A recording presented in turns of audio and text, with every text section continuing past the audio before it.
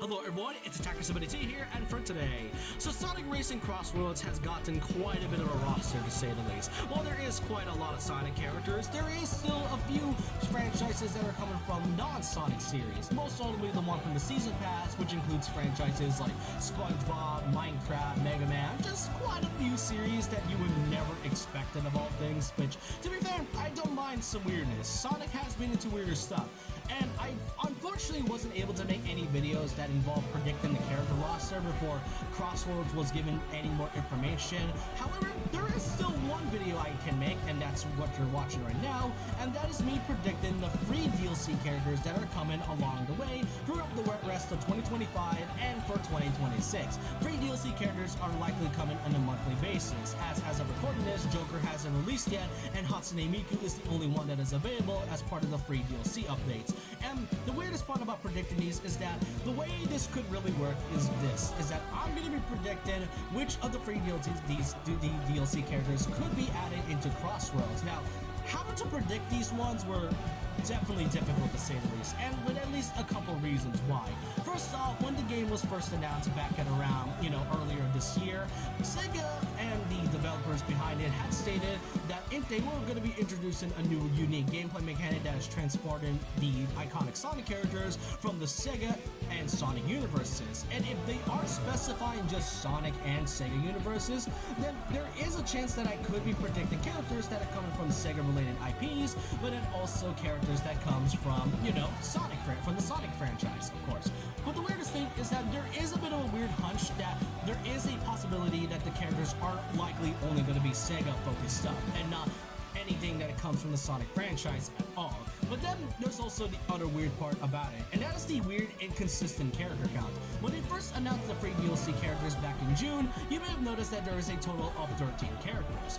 But then, if we decided to go into the game's Japanese website at the time, they also had shown off that it was just going to be 10 characters, with only 7 slots remaining. But then, before the game had come out, once they had revealed Mega Man, they had also shown off the official post-launch roadmap, which gave us a total of 12 characters, with the 3 of them already been revealed, and the one that would likely be releasing in December all the way to the end of 2026. So there's a bit of a weird count inconsistency right here. So if I wanted to kind of remain consistent with the count, I'm going to be going with the one that I would presume to be the one major thing, and that is the one picture I'm showing you, which shows a total of 13 characters. So in all, there's going to be 10 I'm going to be predicting. There's going to be some that are pretty obvious, some that I don't think a lot of people may have thought about. But I hope you guys enjoyed this video, and I hope you really enjoyed this otherwise. And so with that, let's get started with predicting the characters for Sonic Racing Crossworlds free DLC.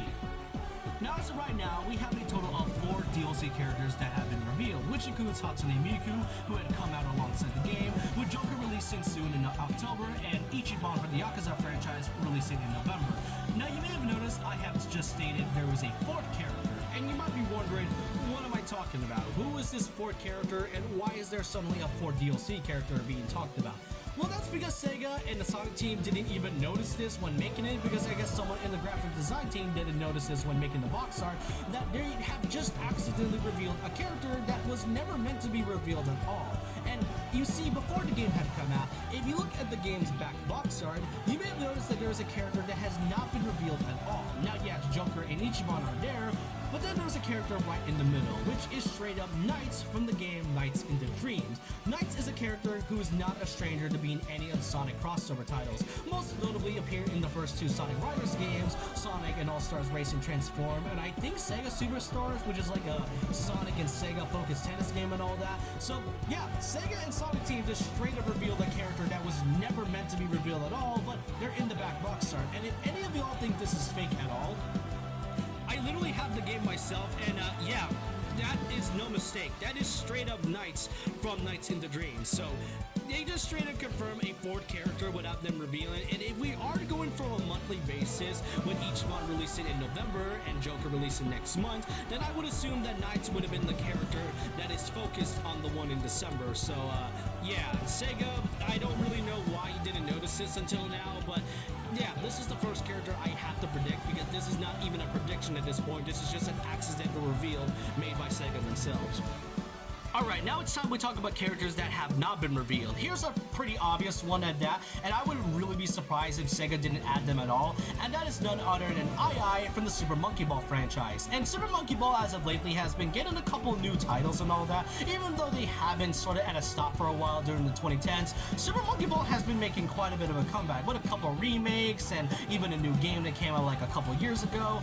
Super Monkey Ball is like one of those series that I would genuinely be surprised would not be represented in Sonic Racing at all. And besides, Ai and the franchise has been represented in Sonic Racing in the previous titles, so I would be surprised if they didn't do that. Not to mention that Sonic and other franchises were able to collaborate in the Banana Mania remake that came alongside with it, so I would really not be surprised if they do decided to add Ai at all. The question is which design they would decide to go for. They will likely go with the more recent one, you know, the one with the overalls, or they will likely go with the more iconic design, you know, the one with the orange shirt.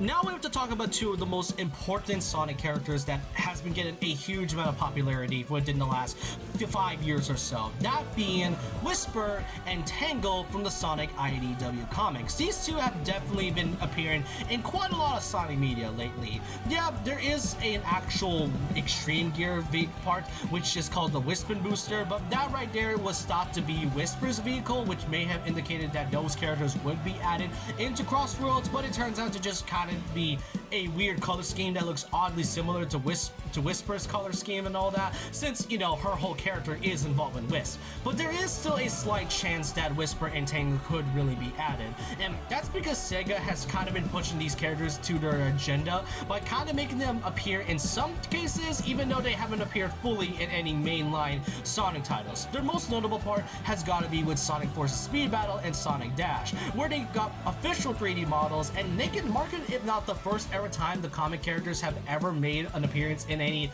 Sonic official media at all, which is insane to say the least. Not to mention, Tangle was mentioned and even name dropped in Sonic Frontiers in one of the secret dialogues. Tangle also appears pretty briefly in one of the episodes of Tails Tube, and not to mention, if you look at the credits for Crossworlds, you may have noticed that it says in collaboration with IDW Publishing, which is the same publishing company that is currently giving us the Sonic comics. So who is to say that they are likely going to be added into Crossworlds at all? And not to mention, there is an upcoming comic collaboration, which does show concept covers of what is involved with Crossworlds, but you may have noticed in the very top left corner, there is a comic cover, and if you look very, very closely with at least some type of magnifying glass, you may have noticed that Tangle is on the cover, which may have indicated that there is a highly chance that these characters could be added into Crossworlds. At this point, I wouldn't really be surprised if they decided to do that. SEGA and Sonic Team, in a way, while they are kind of pushing the agenda of adding these characters into different types of media, them being in an official Sonic game is something that has yet to be seen. And honestly, I would really be happy if they decided to add any character from the IDW comics, but if they decided to go with any of the two most major characters that comes from those series at all, then Tangle and Whisper, if anything, feels way more appropriate to be added. And unfortunately, I would say that these are the only Sonic characters I'm going to be talking about, because as much as I really want to talk about characters that were from the series and, you know, somewhat that characters that have surprisingly not made it in as playable, if they decided to really only focus on just Sega focused IPs and then giving us a sprinkle of Sonic related stuff, then Tangle and Whisper seems to be the only viable options I could give. Not to mention, for some odd reason, if you go to online and then look at the profiles, you may have noticed that there are characters that have not been playable yet, but yet somehow got their icons shown in like the game's icon list, which includes characters like Ariam from Sonic Dream Team, Maria, and Gerald Robotnik of all things, as well as Chaos, Infinite, Black Doom, Mephiles, and the rest of the Deadly Six, which I find it really weird that these characters are even there as profile pictures, but then not as playable characters. It's a bit of a weird consistency, so that's kind of why I pretty much neglected to even make a video like this, or even talked about anything Sonic related at all, because who knows, maybe SEGA is just focusing on SEGA focused stuff. That's kind of why I'm only going to be giving the two most viable spots to Tangle and Whisper, because they seem to be the most popular option, and I mean, come on, they are showing in the credits in the game, so I don't really see much of an issue as to why they wouldn't add those characters at all. Now this next character may be a bit of an unfair choice, especially when we already have Persona representation, but there's a good reason why I'm talking about this now, and that is Aegis from Persona 3. Aegis in a way is kind of like her own main character and mascot. She was a protagonist in the game's, episode Aegis. She's kind of a mascot for Persona 3 if we're not gonna get Koromaru or Makoto at all. And not to mention, when the game revealed its DLC, one of the game's producers, being Takashi Iizuka, had stated that not only would it be including characters from SEGA franchises, but it would also include characters from both SEGA and Atlus games, old and new. And this game allowed us to break down the franchise barriers and deliver an exciting racing experience for players. This was taken from a PlayStation blog when the game had been fully revealed with more information, and the way they say that makes me think that there is a likely chance that Joker isn't the only character to be represented of Persona. So in a way, I would genuinely love to see Aegis be added into this game as a way to represent Persona 3. I'm not sure about Persona 4 or Metaphor or even Shin Megami Tensei at all, but if they decide to add any character that is coming from the Persona franchise, then no doubt I would really love to see Aegis. Now here's a character that I think needs their time to finally shine as a playable character, that being Ristar. Ristar is one of Sega's most earliest titles that came out in the 90s, and from what I looked up, Ristar is a character that doesn't exactly get as much playable appearances in any of the crossover times or any times he's even made as a cameo. He's only appeared in like a couple Sonic Racing crossovers, but not as a playable character, just more so as a cameo. And not to mention, is a character that doesn't really get as much acknowledgement from Sega nowadays, so why not decide to give Ristar his final and, if anything, his first ever playable appearance in a Sonic Racing game with Crossworlds. That would have been such a good way to kind of show that not only would Ristar, not only does he have like a really cool design, but it would really be a good time for him to finally be his playable character. And now it's time to talk about some veteran characters to come from past Sonic Racing games, notably Amigo from Sama de Amigo. This is one of the few characters that was added from Sonic Riders, believe it or not, and would eventually be added as part of the Sonic Racing games like All-Stars and Transformer, of course, and not to mention, like I had gotten a game recently, for those who don't know, that being the latest game that came out like back in 2023 for the Nintendo Switch called Sama de Amigo Party Central. Yeah, I'm pretty sure no one remembers this and all that, but the fact that Sega was able to acknowledge Sama de Amigo and not only give him a new title, but then also give him a brand new title on the Switch makes me think that there is a good chance that we could see Amigo be added. I mean, they would not make a whole game if they were not going to acknowledge Amigo at all. And now we should move on to another franchise, a one that I don't think gets represented enough, and that is Axel Stone from Street of Rage. Now, I am personally not much familiar with Street of Rage. I never really played any of the titles, to be honest, but from what I have researched, this is a character and a franchise that is by far not one of Sega's most earliest titles that came out in the 90s. Like, it was like 1991 too, so Streets of Rage was definitely a series that has really got to that rich history. It only kind of went on hiatus after a good while until its triumphant return in the year of 2020 with the release of Streets of Rage 4, which came out in all consoles. The fact that they decided to make a new game after basically being on a hiatus for so long really tells you a lot that Sega is really branching out into other series than just Sonic. And hey, again, I'm not familiar with Street of Rage personally, but if they wanted to add a character from a franchise like this, especially when it came out after a long hiatus, then I don't really mind the addition of Axel. And now we should move on to a character which got their game recently released, that being Joe Musashi from the Shinobi games. Now, Shinobi is no stranger to also being part of the Sonic Racing games. Transform was like their first playable appearance, and